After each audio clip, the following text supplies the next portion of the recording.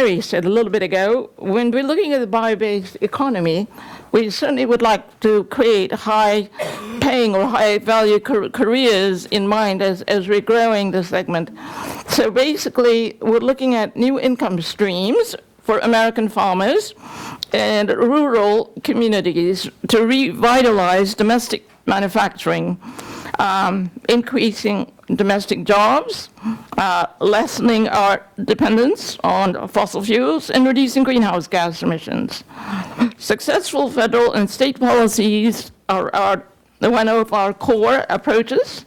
They will support the bio-based economy, have a measurable and positive impact. So as you're looking at that slide, basically USDA showed industry, this is a report that came out earlier this last year.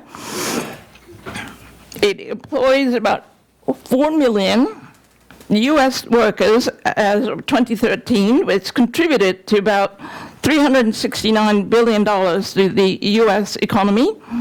For each direct bio-based job, which is the last block over there, we're saying that each direct bio-based job produces 1.64 jobs in other sectors out of the industrial biotechnology sector.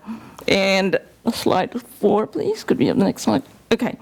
Industrial biotechnology, if you're wondering how do we define it, it's defined as those activities that use biological processes, which includes enzymes to manufacture vitamins, drugs, and materials, biofuels, renewable chemicals, and bioplastics. So earlier this year, Rob Carlson published an article in Nature, which the reference is shown at the bottom. The revenues for industrial biotechnology sector on its own, just the industrial biotech, it reached $105 billion growth annually at a rate of 12%, and biofuels alone contributed $9.7 billion to the bio-based economy.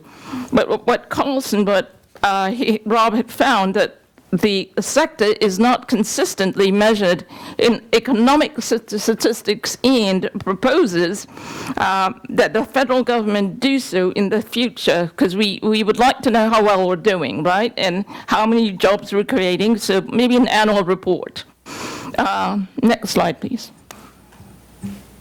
So here's a slide basically giving you a sense of new opportunities and partnerships that are forming in renewable chemicals. There are multiple companies that are producing commercial quantities of succinic acid. I mean, at the corner where you've got all of the logos, they're all working on either succinic acid or a monomer that goes into polyethylene terephthalate, which is your bottles that you've got yourself. So Coca-Cola is quite the leader. They have invested in Gevo, Vira, and Avantium in pursuing 100% biocontent. And the biomass, for example, when you look at DuPont and ADM, about 3.5 months ago, they announced a partnership in the development of a furan dicarboxylic acid, and that's the bottom one. That's the Coke bottle. If you are Coke drinkers, or if you drink the Denasi bottle, you'll see the Coke label, and it'll say plant bottle or bioplant, and it will be on your bottle. So have a look at that. It is at the moment at up to 30% biocontent. However, you can envision with the investments in those little companies, they're looking at producing 100% biocontent.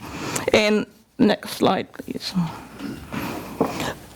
So the core technology that most of our companies are focused and have gone into production, the mention of 1,3-PDO, for example, is a synthetic biology. Basically, they took a microbe, changed its genome, and it selectively produced the 1,3-PDO. It's a very, very clean process, very precision-driven.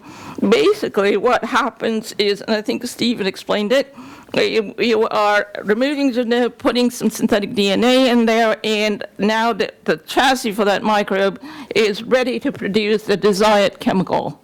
And one of the things that this slide also shows is not only is it a core technology for industrial biotechnology, but at the same time, when you're looking at manufacturing efficiency, this is what it produces. It mitigates a lot of the byproducts, and it reduces your cost because it could be a one-part chemistry or fermentation, and away we go with the desired product. I mean, it is that precise. Next slide, please.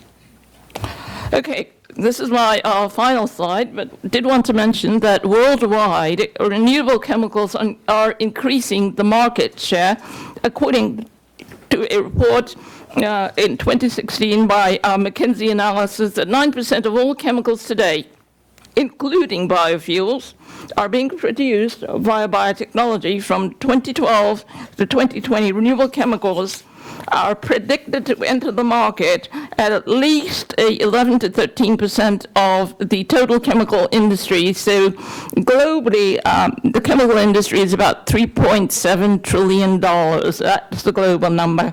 And if we can get even 10% of that, we're in good shape. And that's where we're headed. So with that, I'll turn it back to you, Mary. Thank you, Rena. Thank you, everybody, for those nice talks. Hey, great.